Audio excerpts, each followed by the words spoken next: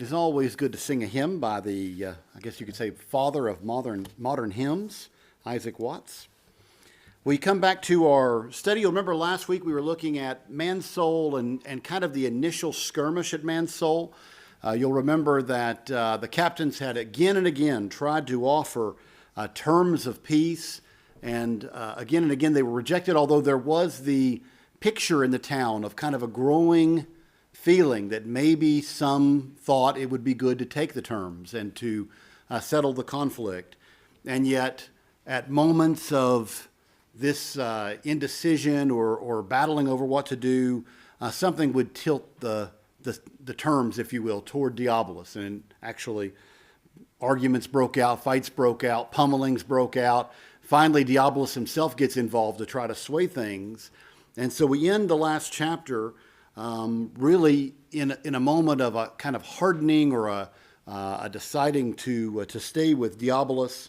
And we come now to chapter 6 and to kind of the decisive turning point of the story. It's not that the story really turns. It was always going to happen this way, right? But we see the pivotal moment begin. So as we get into this chapter, we would see immediately they decided to take action. Who were from Diabolus' point of view, who were the two chief troublemakers? They're accused of this at the end of the last chapter. That's right, understanding and conscience, right? The same two characters or traits keep coming back, right? Understanding is one of God's greatest gifts, the ability to understand, to reason, to think through, but also conscience, right?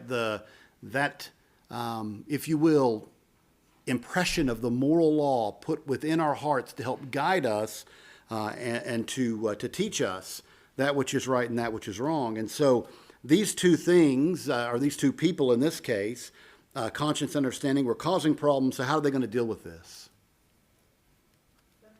Yeah, lock them up, right? Put them to where they can't act up any longer. And you'll remember it actually took what Mr. Benumbing before was the man who kind of put an end, if you will, to the ragings for a time of Mr. Conscience. But yeah, now they'll be locked up. And that's kind of the picture of stifling, to stifle the conscience and understanding.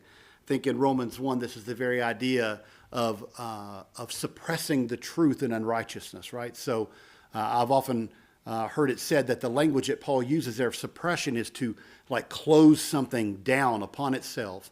Some people say like a suitcase or a trunk. And, if you've got too many clothes in the suitcase, so you start putting your weight on it to try to get it to shut so you can latch it. And we've got a couple of people here packing who may know something about this in the days ahead. But it's just what it is, right? It's just what it is. And so as you think about this, you recognize here that there's the idea of them trying to clamp down on or suppress conscience and understanding. And does it work? For a time, right? For a time, it works. The town begins to be quiet again. And so it seems like for a time this has worked. But it says it didn't work as well as they had intended, right? It didn't work as well as they'd hoped. They couldn't quite get full quiet in the town again. And you'll see footnote 132 says that they'd hoped that it would kill them if they could. But when the good work of grace has begun, they cannot be destroyed. When the good works of grace. So this is kind of, again, who has begun a good work in us will see it through to the day of completion. So then we realize here they can do something to hamper it or hinder it, but they cannot stop it. They don't have the power to stop the workings of grace that God is doing. Well, notice the captains don't quite know what to do at this moment. They say, let's go back and let's regroup and let's have a council of war. And they begin to present options of how to move forward, right? So you could imagine much in the news has been the Russian-Ukrainian conflict, and it seems at times in the past have gone back and forth, and you can imagine both sides trying to figure out what's the strategy to move forward, right? Well, as they're doing the same thing, contemplating and coming up with options, they come up with a couple of options. What are they? These are found top of first column on 51. So that's the second option, but it is one of them. What's the first option? It really, if you want to say, begins on page 50. Yeah, fall upon the town. This would be the idea of just coming in force. Let's end this thing now. Let's go and attack Mansoul and get this done. And some said, well, hold on a minute.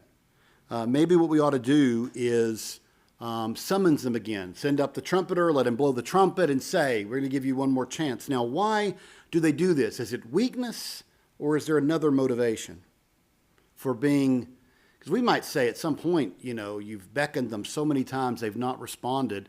Is this just a failing to stand in the day of battle? Maybe you just don't want battle so bad that you're just going to keep asking rather than prosecute the battle.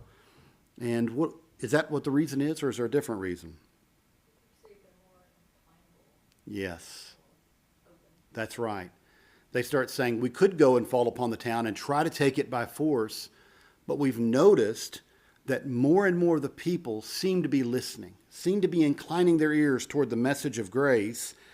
And then falling upon that, it says, if we then go and fall upon them in force, we should by ruggedness give them distaste.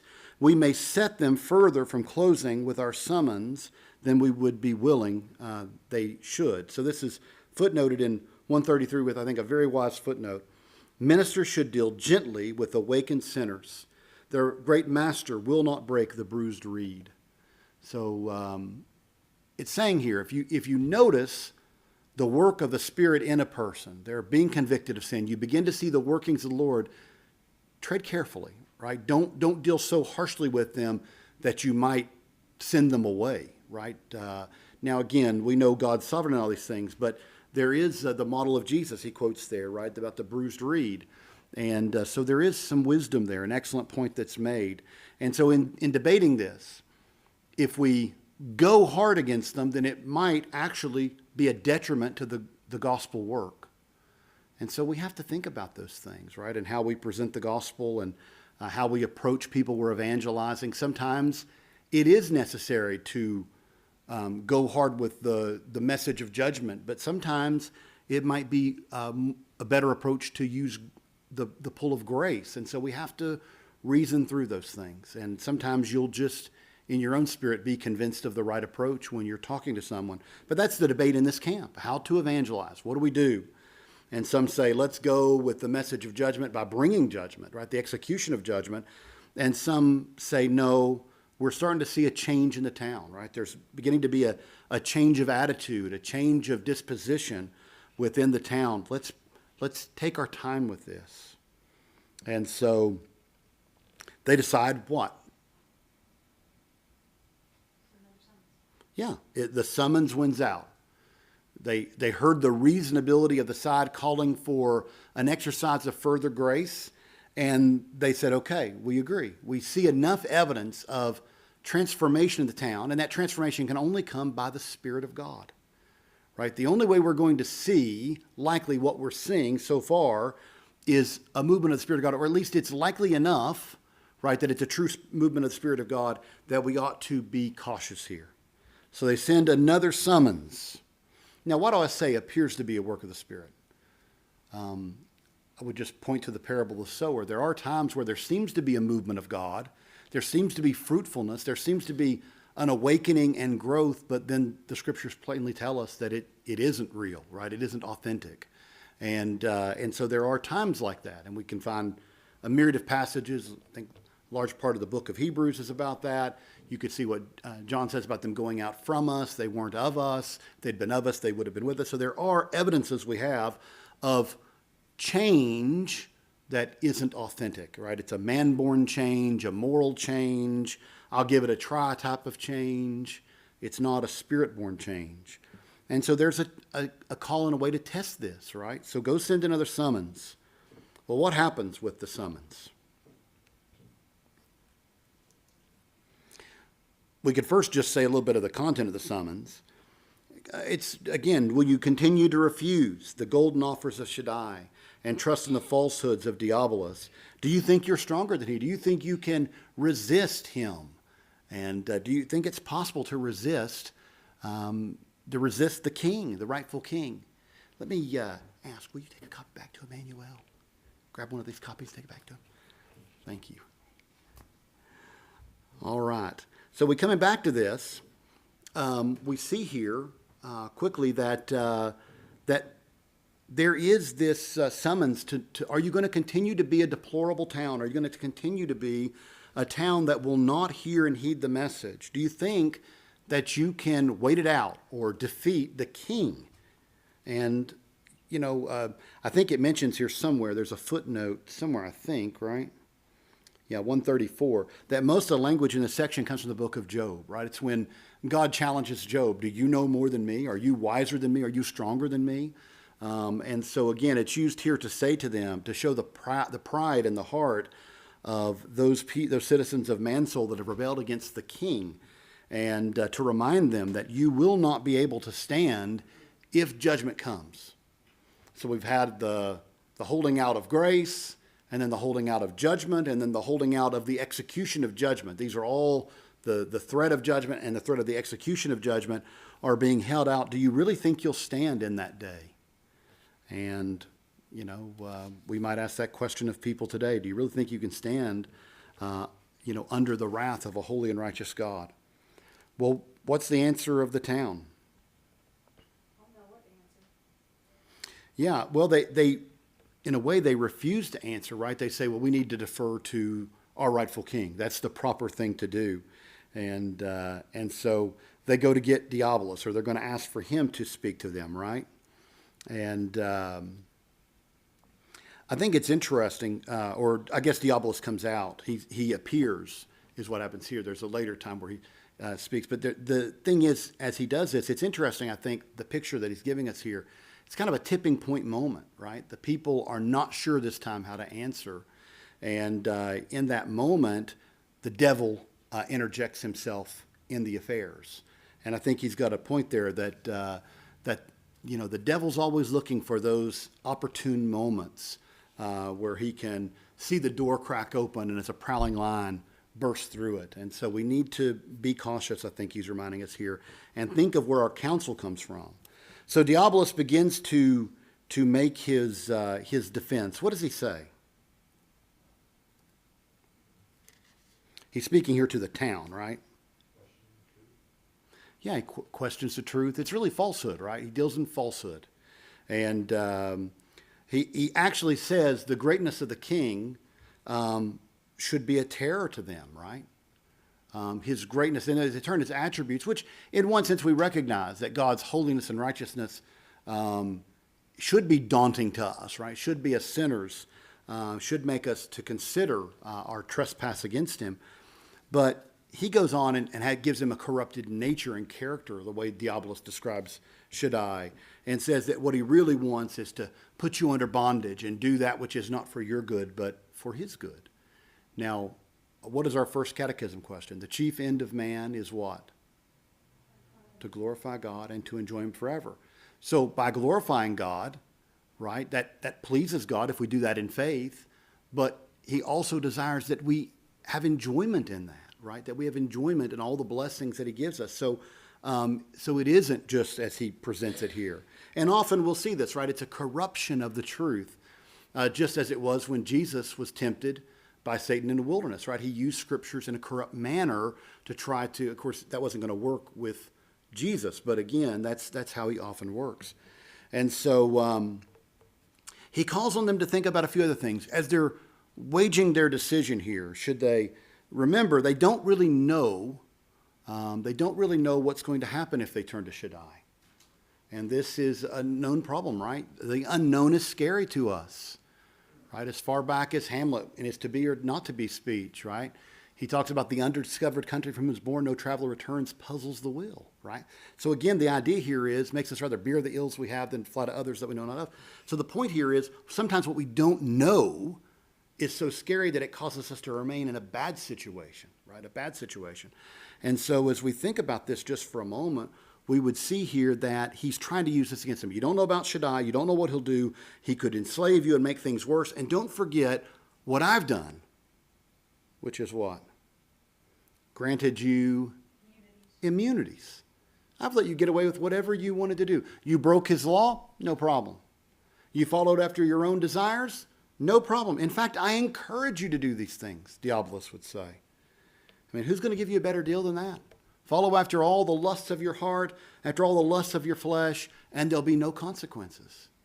Now, that's what the devil tells us, but it isn't true, is it? There are consequences. There's eternal consequences, but there's also temporal consequences, right? I mean, you just look at the reality of what goes on. I mean, sometimes following after your evil desires will end up causing your own demise, your own death, or imprisonment, or whatever it may be.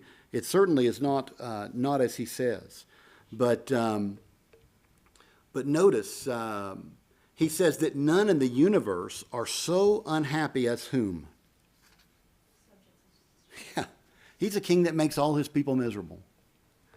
And sometimes the world, I think, assumes that to be true, right? Because they often think of Christians as somber and miserable people, right? We shouldn't be. We should be a joyous people, a happy people. And I would just refer us back to that first catechism to remember we're to be a people who are enjoying God. And all the things that have been taken from us, if you will, or should be thought of that way as being removed as legitimate options for God's people, things that are evil, we shouldn't want to do anyway. Right? So again, as we wrestle through this, we see that it's a corruption of the truth. And so, again, the father of lies is doing a good job of continuing to lie. All right, well, at the end of this speech, at the top of page 52 in the first column, what is the reaction of the town? Yeah. Yeah, they harden their hearts. They have despair. They're sunk. It's just kind of a bad situation. They're back hardened against the gospel.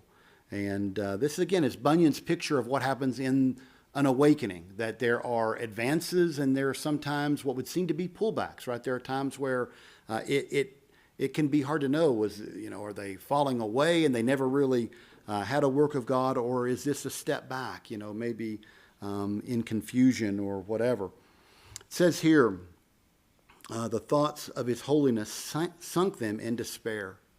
Now, why would that be?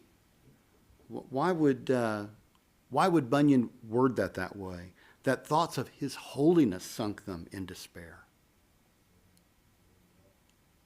What was that? Yeah. So why would that? So then, them being in darkness, what would his holiness be to them?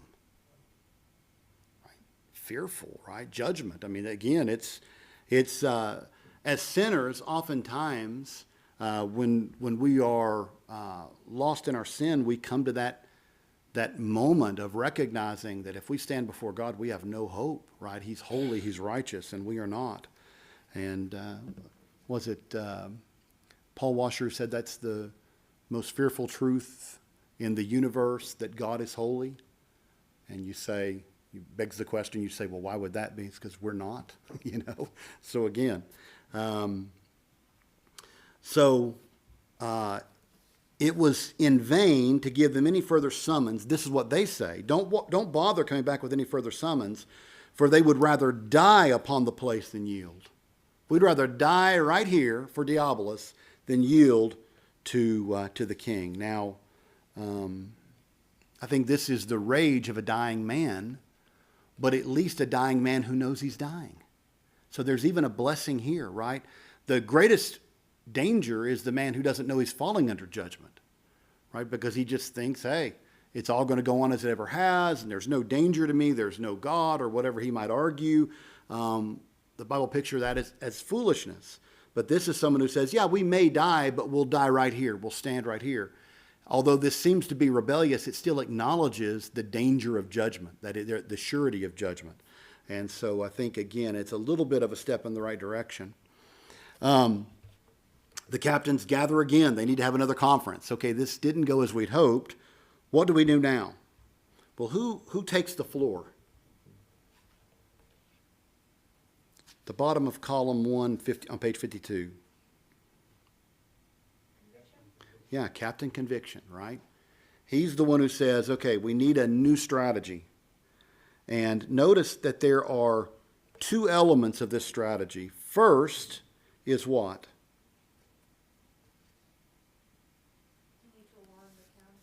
yeah, we're not going to just walk away. We're not going to just stop our activity against the town. We're going to continue to bombard the town, harass the town, because that's part of the way conviction works, right? By a constant harassment, if you will, of the things we formerly found pleasure in or solace in. Now we don't find them the same way, right? We have pangs in our hearts as we do these things, of feeling like, I know it's wrong, but I'm just going to ignore it and continue anyway.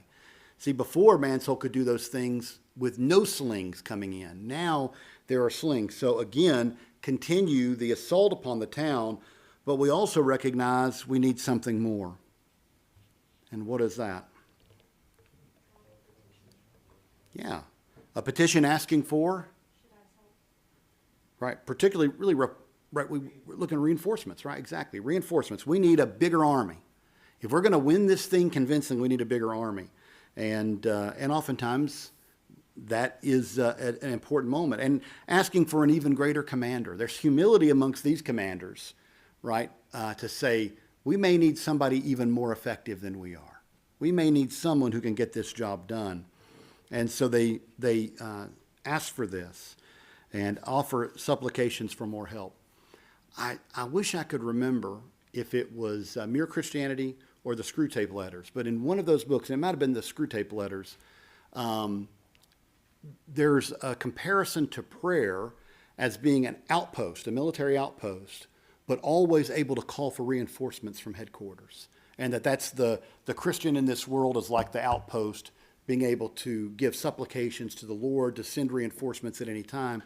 And I think in a way, I don't know if he did, but he might have been borrowing from this picture right here in this book, because again, it's the exact same picture. It's those that are out at a distance, encamped in battle, calling back to headquarters, to the kingdom, asking for further reinforcements and a new commander and all the accoutrement that would be a part of that.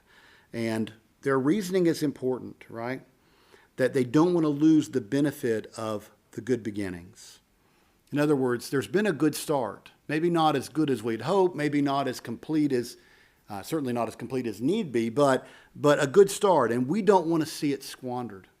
And so we recognize the moment in which it's time to add prayer to the work. Notice, not stop the work. They're continuing the work of sieging the town, but emphasizing now prayer too. So again, there's many times where maybe we're engaged in some spiritual endeavor, whether it's the work of this church or maybe the work of evangelism with a neighbor or a friend, and you're doing everything that you can do, that you can think of, and maybe you're starting to see a little bit of the work of the Spirit there, but you realize I'm not getting it done. Well, that's a good thing to realize, right? Because you're not going to get it done.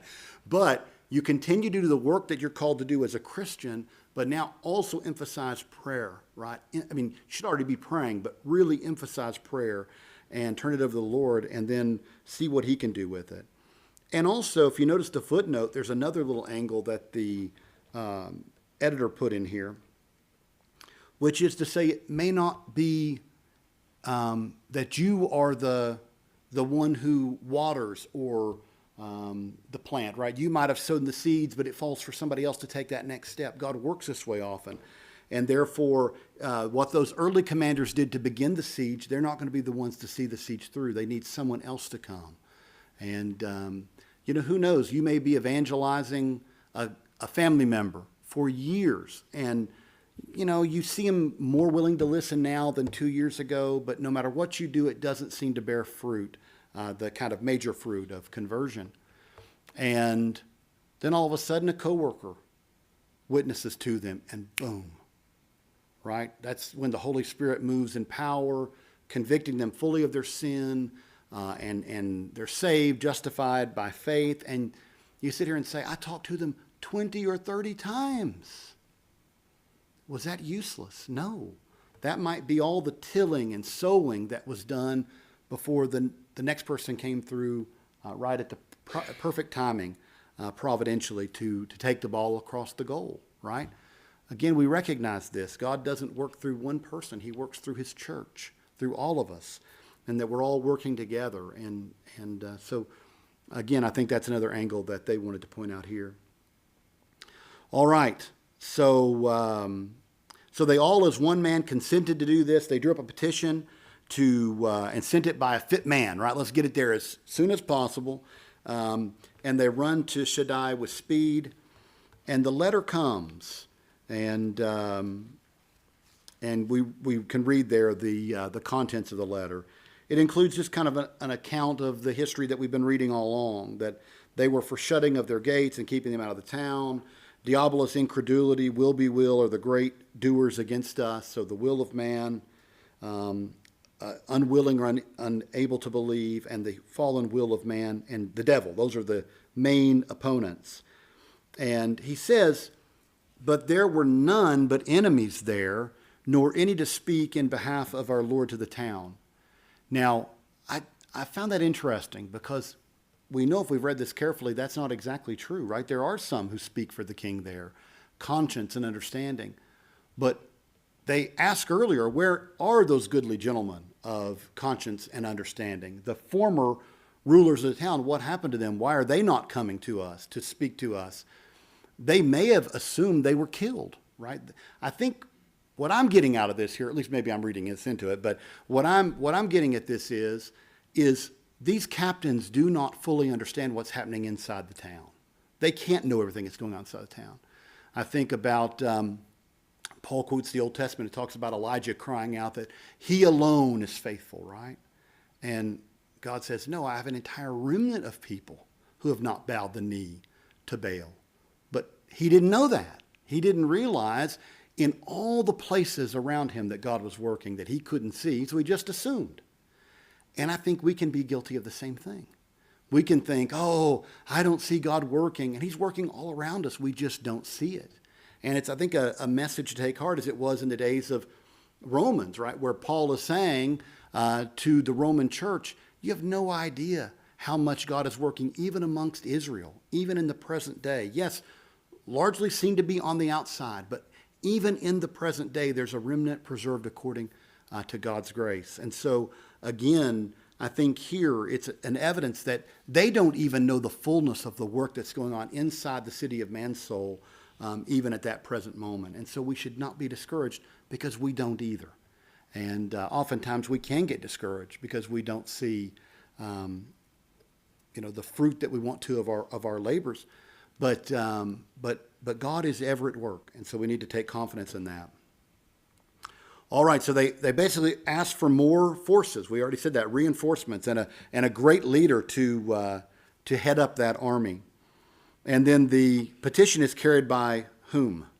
Mr. Love to Mansoul. Yeah, love to Mansoul, right? A picture of the love of the gospel message of grace to man. And it gets delivered to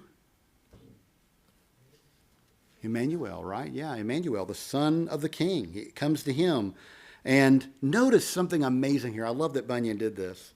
It says he took the letter and he read it, and the letter pleased him. And then listen to this. He began to amend the letter. He began to alter the letter. He began to make changes to the letter. Added some things. Added the petition himself. So after he had made such amendments and additions as he thought convenient, with his own hand he carried it to the king. What is being pictured there? Jesus is our advocate. Yeah, our advocate, our intercessor, our mediator, all these things pictured here, that, he is at the right hand, like advocating for us. He says, you can almost imagine like, you hated it when your 10th grade English paper came back all marked up. But was that vindictive? No, she was trying to help you, or he, whoever you had for English, was trying to make your paper better, make you a better writer, right? And so in the same way, the idea here of an advocate is he's making the letter better because he knows exactly how to intercede on our behalf. He knows exactly what to take to his Father. That's what makes Christ the perfect mediator, fully God and fully man. He is able to do this work perfectly. And so he takes and makes this letter perfect. And then it comes to the king. And how does the king receive it? Very glad. Yeah, gladly. And even more so when he realizes that it's been endorsed by Emmanuel, right? So again, it pleases the Father that it pleases the Son. And he's pleased also to hear of the progress going on. That in the town of Mansoul, they had gotten a good ground, a good firm start to this work. God is not displeased with the work of his servants that is done in faith. You know, oftentimes we look at how weak our efforts are, and they are weak. We're human beings, right? I think this is what Paul tries to tell us, that he gives us this glorious gift in jars of clay, right? We're just human beings. But don't think that means God is not pleased with our efforts if they're done in faith, according to serving him and according to his will. He is pleased with them, even if they're not as great as we think they are. The captains could only see, we've not made anywhere near the ground we'd hoped to. It's okay. You weren't going to get this job done on your own.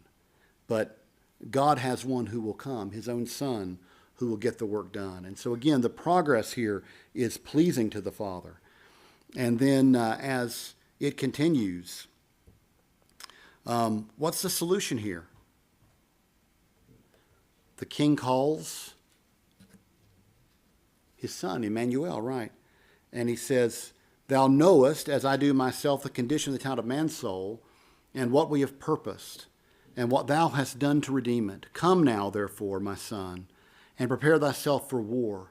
For thou shalt go to my camp at Mansoul. Thou shalt also there prosper and prevail, and conquer the town of Mansoul. This would be very much like in Galatians in the pleroma, or fullness of time. The time is now there, right, for the Son to be sent.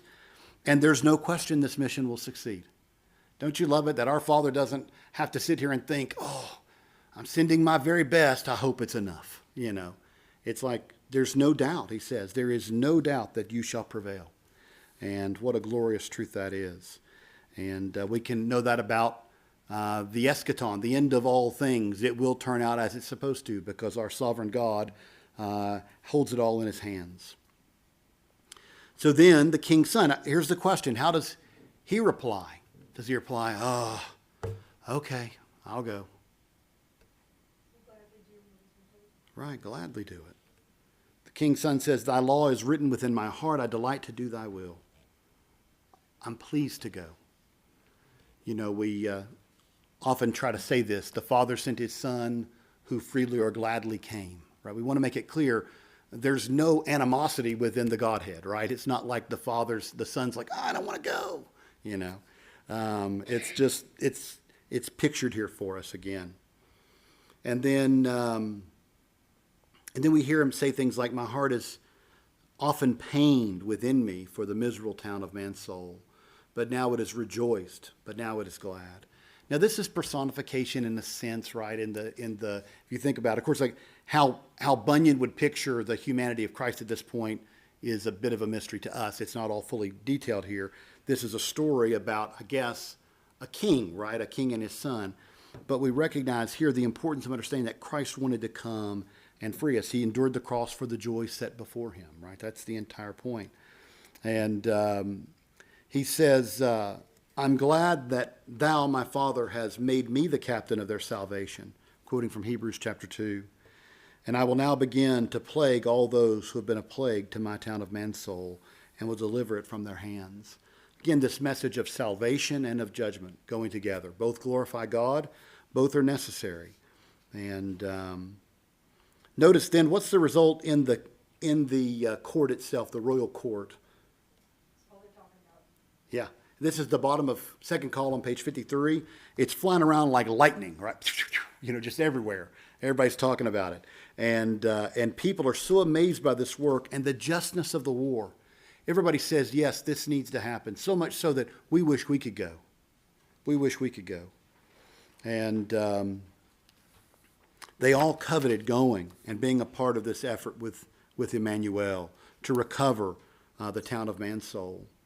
And notice the idea of this heavenly court. The footnote 141 has down there mentions the angels desire to look into these things. Right? These are things that even the heavenly court wished that it could see and be a part of.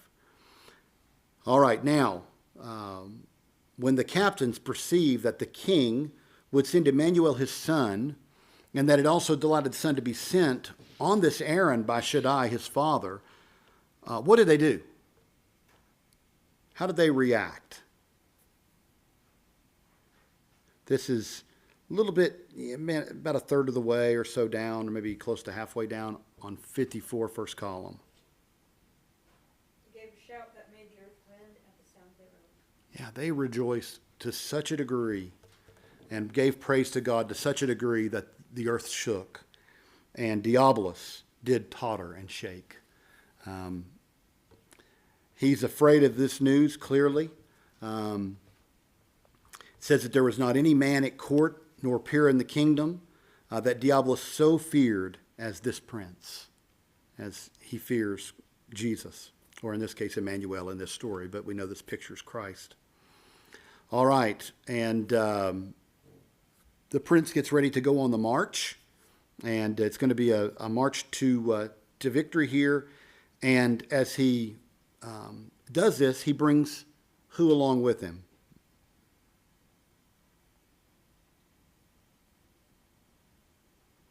Well, there was 5 captains. That's right, exactly, 5 captains.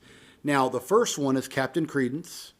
He has red colors. Mr. Promise bore them.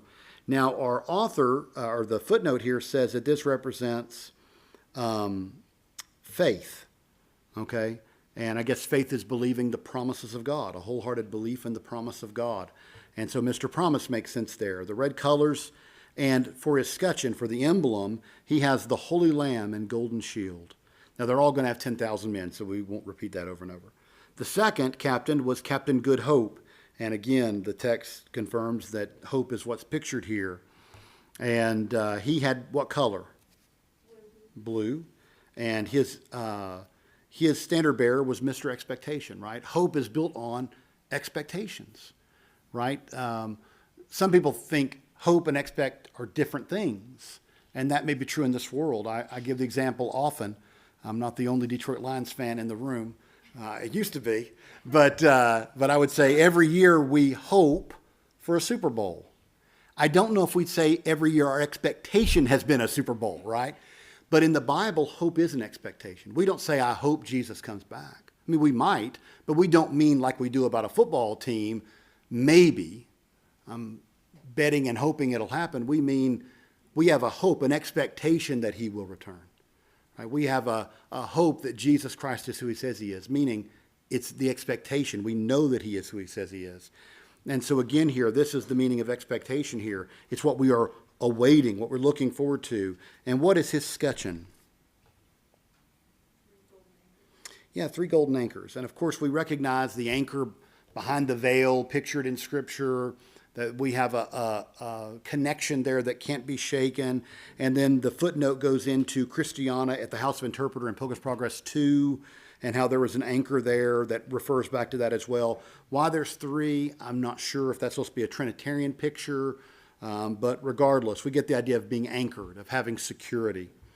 And the third captain, what's his name? Captain Charity. Charity is the older English word for love, right? So again, this idea of love. His standard bearer is what?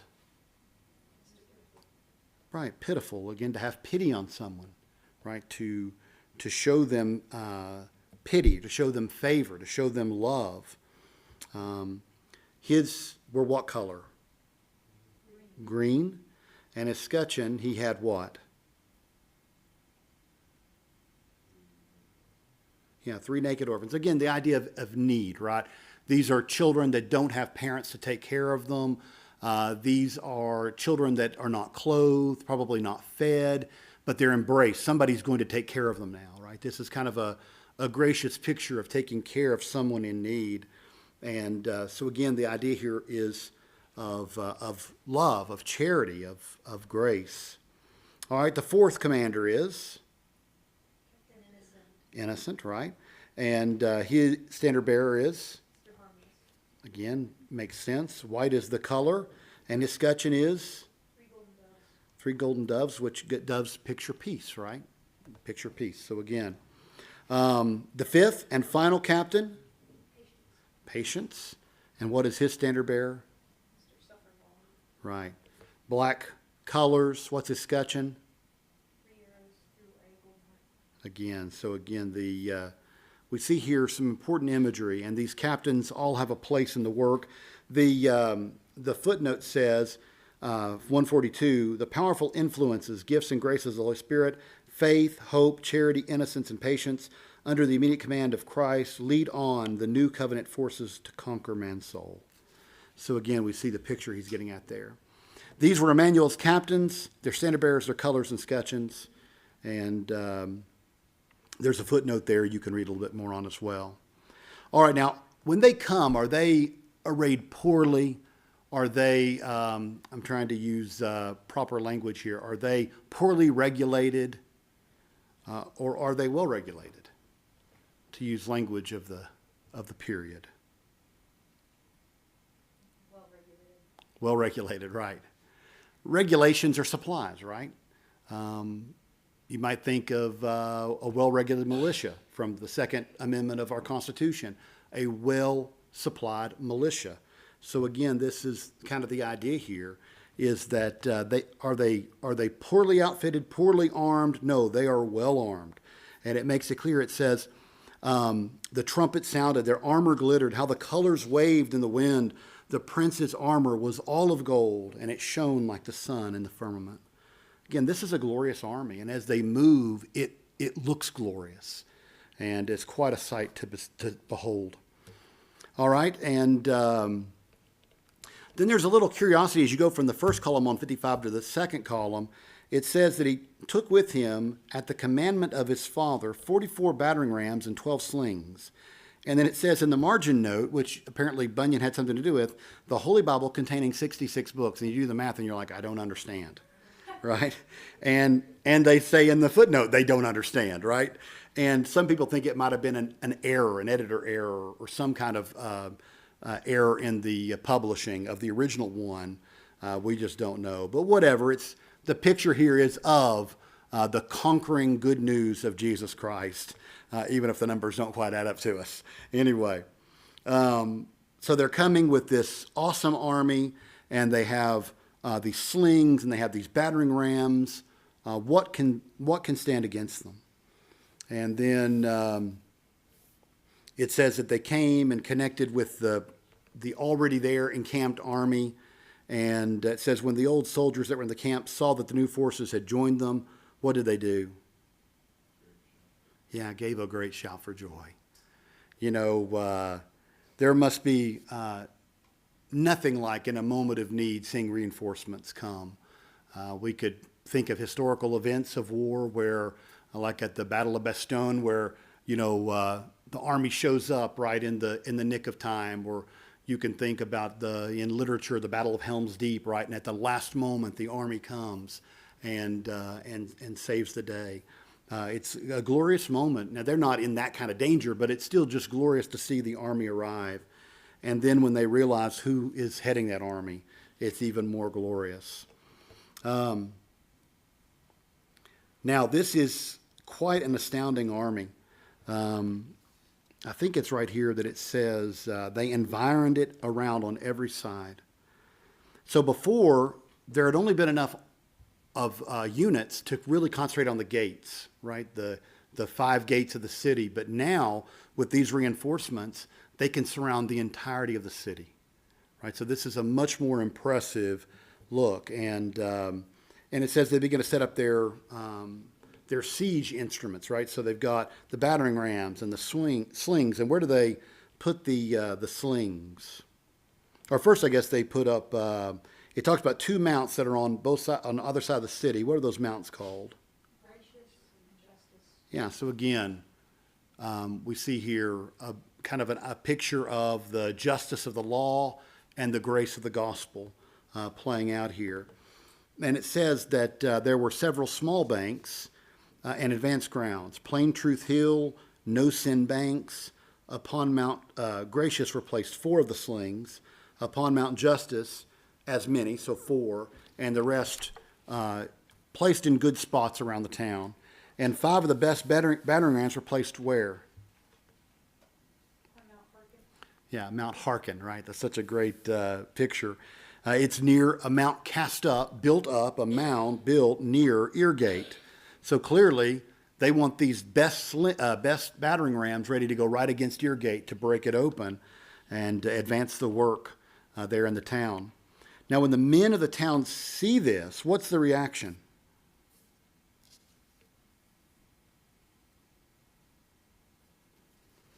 Think about worldliness. What does worldliness lead to? If your house is built upon the rock, it stays firm. What happens if it's built on the sand? Yeah, well, before that, right, before it collapses and it shifts and slides. And that's what we begin to see with them. They were forced to shift and again to shift their thoughts. What does this mean? What do we do?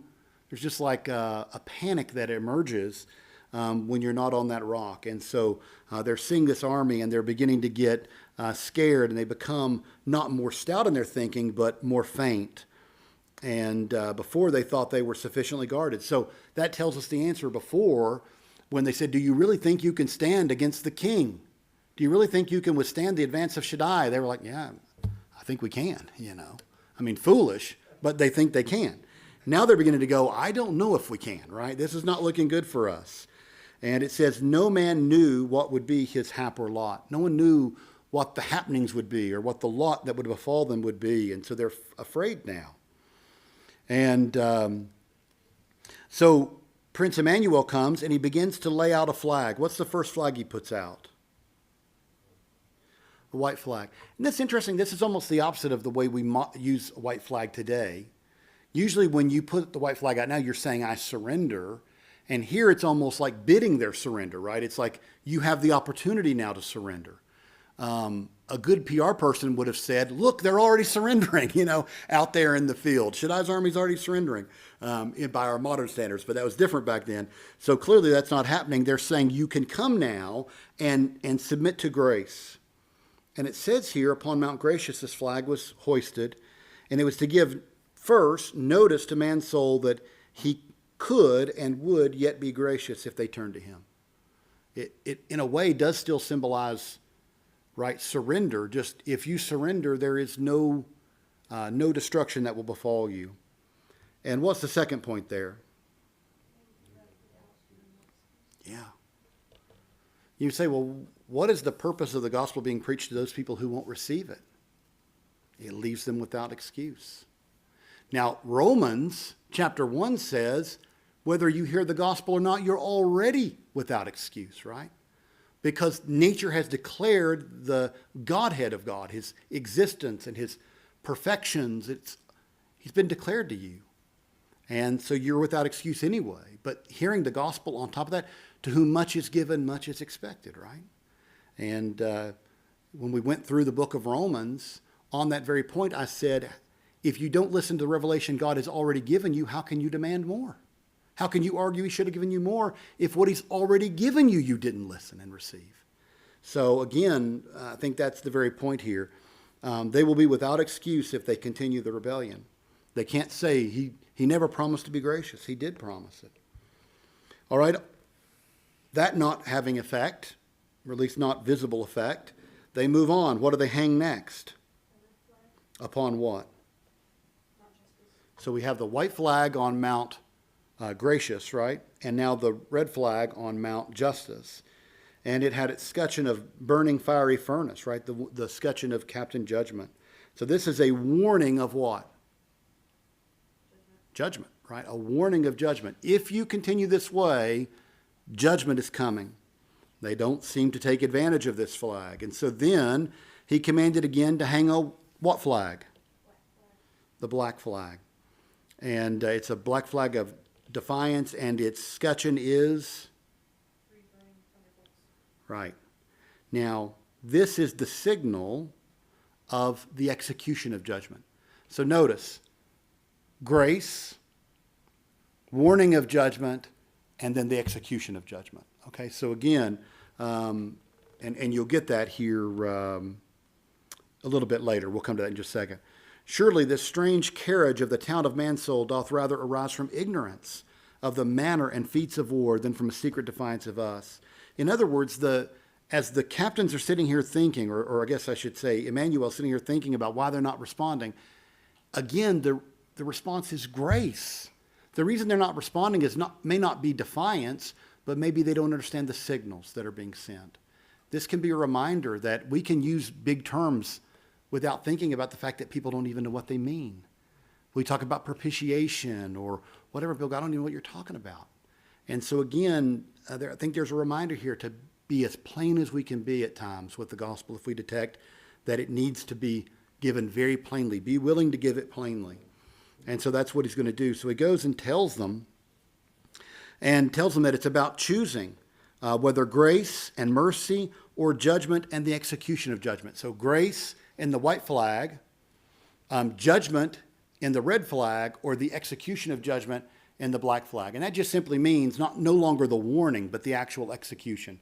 Execution in this book just means to get about doing, right? Which is literally what it means. So I guess that's evident. But anyway, the townsmen made their answer, also made answer the prince's messenger. What do they say? By law and custom, they're not allowed to answer any of these things or make war, make peace without Diabolus. So we've got to bring Diabolus down. Let's get him involved. All right. Now, it's interesting. They've prized their freedom, and yet now they're constantly deferring to him. All right. When the good Prince Emmanuel heard the answer and saw the slavery and bondage of the people and how much content they were to abide in the chains of the tyrant Diabolus, it grieved him at his heart. Think about that for a moment. Diabolus promises freedom, but he doesn't give it to you. He gives you chains of sin and death. And so again, Christ is moved here. The Christ figure of Emmanuel is moved here with compassion. And we can read about that in the early chapters of Mark's Gospel, where he's moved with compassion. As all this is brought to Diabolus, what is his response? Look at the second paragraph, first column, 57, the last line. Yeah, he's afraid. He can huff and puff and act tough as well as he could, but in his heart, he's afraid. Like he is fearful, for he knows the one who comes against him. Now, he's going to answer, so he goes to Mouthgate, right? This pictures the speaking of the town. And he goes there and uses a language that none understand. None of the residents of Mansoul can speak this language. And what does he say? Just what are some of the points that he makes? But what's his main point? Finders, keepers, losers, weepers. Something like that. Something like that. Yeah, this is my town. I'm the legal recipient of this town. It's my town. I legally hold this town, and no one can take it from me, right? And he gives his argument, I would say 2+ points. There's really 3 points made. But the first point is clearly espoused to be what? Yeah, it's mine, won. I won it by conquest. It's mine. And then what's the second one? They've also subjected to me. Yeah, they've submitted to my rule. Therefore, they've chosen me as their rightful ruler. If we had an election, I'm going to win, right? So then you know. But he also says in the next paragraph, moreover, the town of Mansoul have disavowed thee. So it's not just that the town accepts me and I won it by conquest, but also the town has rejected you. Rejected you. Now, at the end of his argument, he's like, it's time for you just to leave. You know, go away, leave me alone, leave me to enjoy this peaceably. Now, it says the oration was made in the language of Diabolus himself, although he can speak the language of man and often does. He has a language proper to himself, and it is the language of the infernal cave or black pit. This might be, to go back to a Lord of the Rings, like the dark tongue of Mordor, right? The dark language, this evil language that isn't fit for people to speak. But again, Diabolus speaks it, and none there in the town speak it. So he's able to speak in a way that conceals what he actually is saying. Now, we might ask, why does he choose to speak in a tongue of concealment? So I can't hear what I understand what he's saying. Yeah. For one thing, he talks about how great Emmanuel is, Lord of all the world. I know that thou art the Son of the great Shaddai. He praises him in a sense, right? He's not able to praise rightly, but he is saying what he knows to be true. The devil knows these things to be true. Diabolus knows this to be true. And so he says it. He doesn't want them to hear it. He also doesn't want them to hear the arguments that he's making. Because again, although he did win the city by conquest in a sense, he didn't tell them that, right? He convinced them that they were letting him in. Now, the reason it was a conquest was he was using what? Lies, manipulations. He was tricking them into handing the city over to him. But the truth is he did his conquest by an unseemly means. He doesn't want them to hear that. So we come back again to the response. Well, it says here at the end of this, I thought this was interesting. This is the middle paragraph on 57, second column. It says, wherefore the town of Mansoul, poor hearts, understood him not, and did not see how he crouched and cringed, took him to be one of that power and force that by no means could be resisted. They were like, man, we serve Diabolus. That dude is unstoppable, right? Look at him. Nobody can stand against him. Look at the way he just told Emmanuel off, you know. And he says here, the inhabitants boasted even of his valor, saying, who is able to make war with him? So remember a minute ago, they were shaking to and fro, like, oh, we can't win this battle. Now all of a sudden they're like, oh, we got this thing in our hands, right? We got, with Diabolus? Are you kidding me? There's no chance that we're going to lose. Well, now Emmanuel stands to speak here. And how does he refer to Diabolus? That's a great answer, right? You liar. He explains why he's come. He says, you pretendest to write, or thou pretendest to write, but it's all fraud. Now, the way a true judge should work, right? If I sold any one of you all fraudulently something, I mean, completely fraudulently, at a great sum of money, and you take me to court, and the judge sees clear evidence that I defrauded you in the purchase, then the judge should make that right.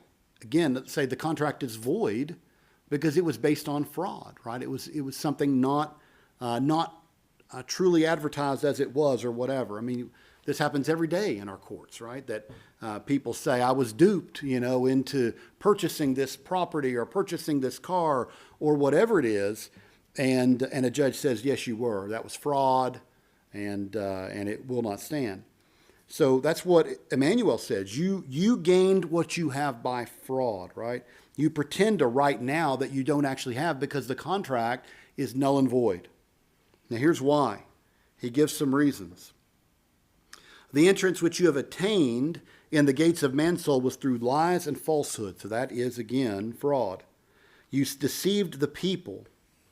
And now the question is, will that stand before God? He says this at the very bottom of that column, 57, second column. Now if lying, wiliness, sinful craft, and all manners of horrible hypocrisy will go in my Father's court for equity and right, in which court thou must be tried, then will I confess unto thee that thou hast made a lawful conquest. So in other words, if the righteous judge will allow lying and trickery and deceit as forming a good contract, then yeah, I'll say you have to win. But what does he say to that? But alas, what thief, what tyrant, what devil is there that may not conquer after this sort? In other words, every evildoer would prosper under such a system. Of course it cannot be allowed. Of course it cannot be allowed. And so he begins to talk about all that he lied about. He lied to the people of Mansoul. He lied about the law of Shaddai. He lied about Shaddai himself. He lied about caring for the good of Mansoul. He lied about freeing the people from chains when he actually just put them in chains. He lied about the happiness of the sin that they would embrace. He deceived them against their own deliverance. All those things are what Emmanuel charges him with somewhere in this column. And that you have tricked them into being against their own deliverance. And he lays out the consequences. I am therefore come to avenge the wrong that thou hast done to my father, and to deal with thee for thy blasphemies wherewith thou hast made poor Mansoul blaspheme his name. So there is a judgment for sure for Diabolus. Consequences. As for myself, O Diabolus, this is the bottom paragraph, first column 58, I am come against thee by lawful power. In other words, you come by fraud, I come by lawful right. And how does he establish that? He says, the town of Mansoul is mine, and that by undoubted right. Nobody can dispute my right to this town. as you will see if you diligently search the most ancient and most authentic records. Now he lays out some points. First of all, what? Why is Mansoul his? Should I build it? Yes, exactly right. He's the maker of it, and the maker of something is the holder of it unless he gives it away. And surely he did not give it away. All right? Second of all, what does he say here? If it belongs to my Father, then it also is mine because I'm his heir. I will be the future holder and therefore in some sense the current holder of the property. That's like in the parable of the prodigal son where he says, all that I have belongs to you. When his the prodigal's brother is upset, all that I have belongs to you. In other words, while you're as part of the state, it's still yours, even though you'll be the full recipient of it one day, or at least the part that you're entitled to. So in that sense, he has a legal or inheritance claim to it. But he doesn't stop there, does he? What does he say in point 2? Yeah. My Father gave it to me, and so now I have a right to it by it being given to me. And he says, if that wasn't enough, I have another claim to it, which is what? By right of purchase. I died for this city. I gave myself for this city. And what is recorded there is a beautiful telling of the gospel. He says, I made it mine by virtue of a great purchase. It followeth that by all lawful right the town of Mansoul is mine, and that thou art an usurper, a tyrant, and a traitor in thy holding possession thereof. In other words, you have no right to hold it, so you're an usurper if you do. Now the cause of my purchasing it was this. Mansoul had trespassed against my father.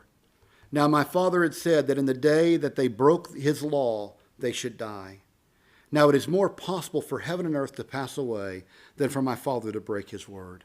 What a glorious thing about the judgment that is necessary, right? It's necessitated because he said, if you break my law, then you will surely die. They broke his law, therefore there must surely be death. Wherefore, when Mansoul had sinned, indeed by hearkening to the lie, I put in and became a surety to my father, body for body, soul for soul, that I would make amends for Mansoul's transgressions. And my father did accept thereof. So when the time appointed was come, I gave body for body, soul for soul, life for life, blood for blood, and so redeemed my beloved Mansoul. Just kind of a summary of the gospel story. 4, what does he say? Continuing his argument, his legal argument. What does he mean here? Nor did I do this to the haves. What's that? Yeah, he did it wholeheartedly. He did the full measure, right? Because again, if he'd done it in half, he would have done part of what was needed.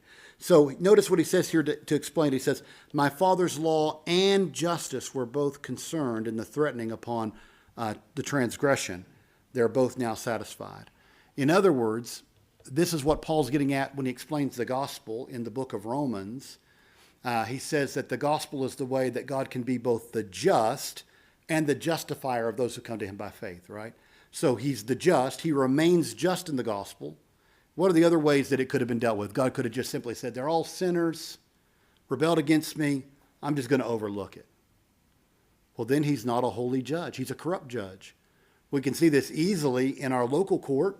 If a judge sees someone who raped children and says, I'm just going to overlook it and let it go. We would all say that judge needs to be impeached, needs to be off the bench, and may need to be thrown in jail himself, right? He's a corrupt judge. So again, if God just simply says, I'm going to overlook all their misdoings, just because I'm so gracious and loving, then actually he isn't gracious and loving at all, right? Because all those sins hurt people. They caused a multitude of destructions. And so God remains just himself, righteous, by not allowing the law to be trampled without consequences. But it's also, the gospel explains how he becomes the justifier of those who come to him by faith. He can justify men and remain just himself because, again, it was borne by another, and that's what he's getting at here. 5, nor am I come out this day against thee, but by the command of my Father. I don't even come on my own authority, but the King has sent me, my Father, to do this. And Jesus said that many times, didn't he? I come not on my own authority, but on the one who sent me. I'm here not to do my own will, but the will of the one who sent me, over and over again. All right, then he says to him, wherefore, be it known unto thee, thou fountain of deceit. Now, why does he call him fountain of deceit? Remember from our Reformation study, we talked about ad fontes, to the founts. What are the founts? When they spoke in the Reformation of returning to the founts, what did they mean? Roots or the base. Right, to the roots, to where it comes from, to the source, right? And when you look at this again here, he's saying, you fountain of deceit. You're the one from whom all deceit springs, right? You are the father of lies. That's what Jesus calls him in the Gospel of John. And so again, we see the same idea here. And now, said the golden-headed prince, I have a word to the town of Mansoul. So now he's going to address Mansoul. And I hope you've read this. There's so much good in it. But he says here, O unhappy town of Mansoul, I cannot but be touched with pity and compassion for thee. Thou hast accepted of Diabolus for thy king, and art become a nurse and minister of Diabolonians against thy sovereign Lord. In other words, you were duped to fight the war of another. It's one of those interesting things. There's an old Chinese maxim that speaks of fighting a battle with a borrowed sword, right? The idea is if you can get someone else to fight your battle for you, all the better, right? Your enemy is hampered, maybe even defeated, and you don't have to lift a finger, right? So again, the idea is what's happened here is the Diabolonians have a war against Shaddai, and they've enlisted you in the battle. It isn't your battle. It isn't your battle. Do you see that again there? You've become a nurse and a minister of the Diabolonians against thy sovereign Lord. This wasn't your fight, but they've recruited you into it. And he says, he brought to thee thy destruction, and thou didst receive both him and it. All Diabolus brought you was your own death and destruction, and you willingly accepted him and the death and destruction. And I come to you bringing salvation, but thou regardest me not. A little bit further down, poor man's soul, what shall I do unto thee? Shall I save thee? Shall I destroy thee? What shall I do unto thee? Shall I fall upon thee and grind thee to powder? Or make thee a monument of the richest grace? Man, I love that language. He would have every right to grind them to powder, wouldn't he? But we know this story is going that he wants to build a monument to his graciousness. You know, the story really of the gospel is that we all deserve to be ground to powder. We all deserve the judgment of God. But God delivers the church, delivers his people, right, through the work of Christ, that we might be a monument of grace. Why? Because we're more holy than everybody else who's unsaved? No, right? Not by nature or by action, you know. Most of us can tell stories of things that we did, look back and did now in the past, and just like, you know, don't understand what we were thinking. But again, we recognize that God is building a church that is a monument of his grace. Indeed, he says, I would have thee because it becomes thee to be sorry for thy sin. In other words, don't think that what I'm trying to do here is to knock you down for my good or to humiliate you for my good. But actually, if you understood it, you would understand that to repent of sin and to be sorrowful for sin and to live a holy life is for your good. For your good. It's only the lies of the devil and of sin that makes us think somehow that sin is pleasurable. Maybe for a day, but not long term, right? That's what the Bible says. The pleasure center, but for a day. To return to Lewis again, that Turkish delight imagery. It's pleasurable, right, for Edmund to eat a little Turkish delight and maybe even a little bit more. But he keeps eating until he's sick. And maybe some of us have stories like that with things of this world. But again, the point here is to recognize that he's doing this for their good. My commission indeed is what? On Diabolus. Think about this. Notice that when the lake of fire is pictured in Revelation, and it says that all those whose names are not written in the Lamb's Book of Life are cast into the lake of fire, it says prepared for the devil and his angels. The lake of fire was not primarily prepared for human beings. But if we're not with the Lord, that's the place that they're going to be placed. And so again, he's making the point here, my battle is against Diabolus and against those Diabolonians who are with him. But, he says again, choose this day whom you'll serve. He says, would I now put forth my might, because that forthwith he should leave you and depart. What I want is for him to be kicked out. And I could do this. He says, I could kick him out right now by force, and could take a lot of you all who would defend him with him. But listen, but I have it in my heart so to deal with him, as that the justice of the war that I shall make upon him may be seen and acknowledged by all. I think what he's trying to get across here is much like the parable of the wheat and the tares. God could order right now the harvest with the weeds to be yanked out. Right? In other words, evil to be judged in the current moment. But what would happen to the harvest? It would be hampered, right? That's what he says. If you go and yank the weeds out now, you'll hurt the harvest. Why? I heard somebody say something, but I didn't hear what they said. Some who would, right? So, in other words, God in his perfect knowledge, his omniscience of events, knows that there are some people who are not saved today who will be next week, right? They will come to declare their faith, be justified by faith. They're part of the elect, so to speak, but they're not yet visibly in. They've not yet come to that moment in the fullness of time. And so again, God says he's holding out. Why? Because he knows there's more harvest to come in, right? So if he were to say yank out the weeds, then the roots of the wheat would be hurt as well. There would be a damaging to the harvest. I think in the same way, he's pointing to this. He says, I could come now and take the city by force. But what would happen to all the Diabolonians, I shouldn't say that, the Mansoulians, who will fight for Diabolus and be destroyed in the battle, who given time will see the justness of the cause and will turn against Diabolus and will side with Shaddai. So I think that's what he's saying here. He wants it to be seen and acknowledged by all that the war against Diabolus is just and right. And then he says, I am mighty to save and will deliver my Mansoul out of his hand. No question what's going to happen. Okay? Now let's look at this last paragraph, because this is the last one. The speech was intended chiefly for Mansoul, but Mansoul would not have the hearing of it.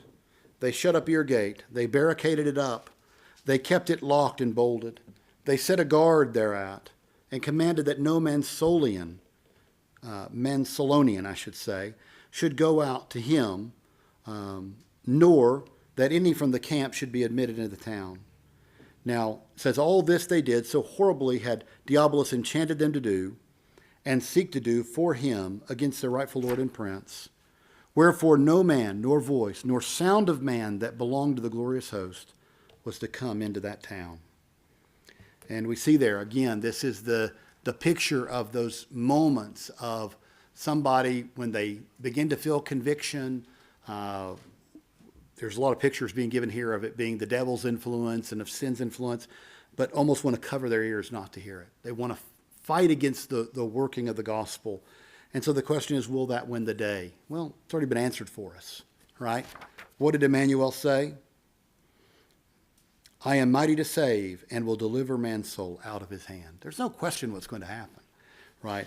It's just how it will happen. And that's what we're going to continue to read. All right, so that is all of our chapter.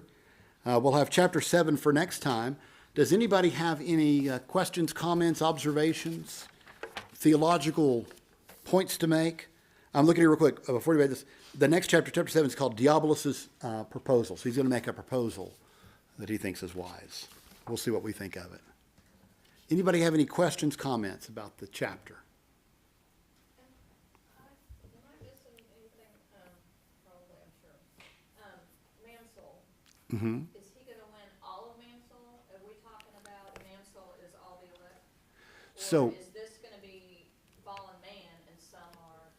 right. So Mansoul is kind of, this is one of the kind of difficult carryovers from the story. Mansoul really pictures the soul of man, right? So we're looking at kind of an individual. That's why there's one ear gate right? One mouth gate. So in other words, it pictures a man. There are going to be some interesting things happen when the town is taken in terms of not everybody in the town is all on board with the new regime, and so there's a battle going on.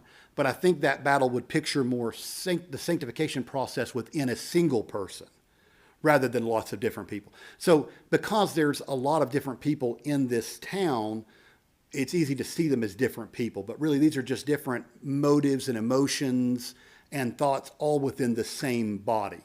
So when you see that a little later on, say, I don't think it ruins the story here. I think y'all know, since it's a biblical story, how this is going to turn out. But when the city is taken by Emmanuel, major spoilers, yeah, and you begin to see there are some rebels in the city battling against, then that pictures those leftover desires of our fallen nature, just our sinful nature being in the flesh, even as a Christian, as we're battling those things now by the power of the Holy Spirit, more than different people's reactions. So I think it'll be a little more clear when we get there. But so just think of it as the journey of a person to salvation, to justification, sanctification. And even this is, Bunyan's stories are always personal to Bunyan. If you've read The Pilgrim's Progress, it's like, well, when was he saved? It's like he seemed to be saved here, and then it seems like he gets saved again here. And there's this long process for Bunyan by which he was saved and then had assurance of salvation. So for Bunyan, he often doesn't see salvation the way, he does believe in justification by grace through faith. He believes that, and he even has a booklet by that title. But what he means is that justification isn't always evident to us the moment it happens. Sometimes we're still struggling with sin, and we think, why, what wretched man that I am, right? Why am I still dealing with this sin if I'm saved? And Bunyan had a real struggle with that. And so I think this battle that's going on as Emmanuel's coming is Bunyan's way of picturing that it doesn't always happen. We love it if somebody comes into a church for the very first time, they hear the gospel message proclaimed, and boom, it hits them like a ton of bricks. They repent, they turn to Jesus, however you want to say this, they trust in the Lord Jesus Christ, they're saved, and then it's just all upward and onward from there, right? It's all sanctification and on their way to glory. But Bunyan's reminding us it doesn't always happen that way, right? There's people who, they go to church for a while and they seem to be, things go well, and then they stop coming for a while, and they seem backslidden, and then they get back in and they realize, well, I never fully understood the gospel, and then maybe over many lengthy battles, right, spiritual battles, then you see the change, and then they're a different person. And that was Bunyan's own story. And so, and I'd say many of us have known people like that, right? That it's not just one smooth, praise the Lord for the smooth justification, sanctification journeys. But for many people, I can tell you this just as a pastor, the number of people who struggle with when they were saved. I was baptized when I was 11, but then my teenage years, whatever. And it's like, but then I got back into church in my 20s and I was pretty serious, but then I kind of got busy at work and stopped going. And then it was like, 38, I got back into church and I got fired up for the Lord. And for the last 20 years, that's my heart's desire. When was I saved? Was it 12? Was it 30? A lot of times we struggle with these things. And the answer isn't always so easy, right? Those people that have a really easy story, I was living in an outlaw existence and rebellion against the King of Kings. I knew it. And then all of a sudden, in a long, dark, terrible night, I was brought to my knees and my life changed forever. Like, those are awesome stories because God can do that, right? He can do that. But he doesn't always do that.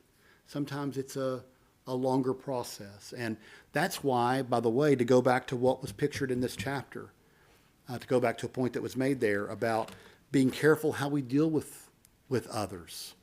We see somebody who comes to church and then they stop coming for a time, and then we see them again, and they're like maybe talking about they need to get a Bible, and you help them get a Bible, and they tell you later, they confess, well, I haven't been reading it. And pretty soon you're like, you know what, I'm tired of dealing with this. No, right? That could be the Holy Spirit working on them, just not as fast as you like. But praise God, he doesn't do things the way we like, right? He does them the way that's right. And so we have to trust the work of the Spirit in these things. And it's easy to lose patience. We can't do it. We got to be faithful and trust him. And there is a point, I guess, where you don't continue to cast pearls to swine, but I think there needs to be a lot of wisdom in that and a lot of prayer in that. And I would always rather err on casting a little too long than casting too short a time. If I have to weigh it out, I'm going to err on the side of grace. And anyway. All right. Any other questions or comments? Observations? Well, if not, we'll call this thing to an end tonight, and we'll have a song, and I want to invite you back for Sunday. And just to continue in the book, like I said, the book is a really great book. As we work through it more and more, I think you'll see that Bunyan is really giving us, in terms of the work of God in us, from our fallen nature to the end of the story for the believer, there's a glorious story here of how God is working, and how an uneducated tinker could think these things out so great. I mean, I guess it's like with the disciples, right? They recognized they were with Jesus, right? They were uneducated fishermen and so forth, but God blessed them, and God blessed this man to write these great books that have been such a help to Christians. The Pilgrim's Progress, the second most read book after the Bible in the English language in history, and has never been out of print. Almost went out of print 70 years ago, but has never been out of print. Was reprinted again at the last minute. I mean, how amazing is that, a book being in print for that long? Well, anyway, let's have a word of prayer, and then we'll get to our song, and we'll close out our night. Father, help us to think about this book in terms of what it's saying about the Scriptures. We appreciate so much your raising up John Bunyan and the help that he's been to so many believers, that as we read this book, that we in a way have a fellowship with all those who've gone before us who read this book and have been helped by it. And the numbers are countless through the centuries. And so, Father, help us to continue reading this and realize what a blessing it is that we can have this book today, that it hasn't been lost to time, but it's still available for us to read and think through, and to see an amazing parable, if you will, or a story cast alongside the story of salvation that shows us the glories of what you're doing. Help us to realize that all of our hope should be in the great King, Jesus Christ, whom you sent, who came and who died for sinners to reconcile us to you. And Father, I just pray that as we read this, we would be blessed with gospel graces, not only of wisdom to know how to evangelize and how to share, but also patience and long-sufferingness, grace to be wise and gracious in those moments where we have opportunities to tell others about our King. Father, we pray you'd give us those opportunities and help us to stand rightly in those moments to share about our King. It's in his name we gather and pray, and for his glory. Amen.